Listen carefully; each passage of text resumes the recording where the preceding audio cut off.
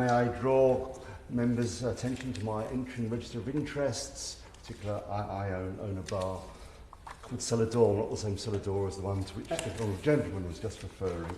I want to speak about wine in particular and the hospitality and nighttime economy in general.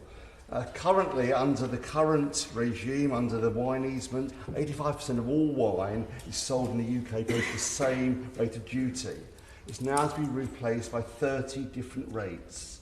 That fails to take account of fundamental differences between wine and other more manufactured alcoholic drinks. You cannot predict the ABV of wine with precision before or during the winemaking process. The alcohol content is only stable at the point where the wine goes into the bottle. The ABV will vary between different years, from different vats. Until bottling, we don't know the ABV of a particular bottle of wine. That creates huge uncertainty over price and profit margins for the industry if there are different rates of interest depending on the particular ABV, down to gradation of 0.1% of ABV. And that's particularly important with low-cost wines. The point is, this regime is utterly impractical for wine producers and wine merchants. As Hal Wilson, the co-founder of Cambridge Wine Merchants, told me, in my business this feels like death by 1,000 cuts, or even 2,000 cuts. We sell over 2,000 different wines each year, and from February we'll need to know the precise ABV of each and every one before being able to calculate their full cost. For each 0.1% ABV difference, there's a different amount of tax to be paid. Now, I have written to the Minister about this, and I had a long and detailed response from him, for which I'm grateful.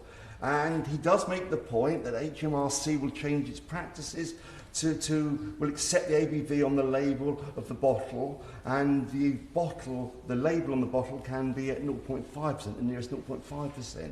But that's current practice, that's not in the legislation as I understand it, and it's still far too complex, and much of my criticism still holds. Secondly, the letter fundamentally misunderstands why people drink wine. Wine is consumed for the taste, not the strength. Compare, an ABV goes to the taste profile. Compare a light Beaujolais with a robust Rioja.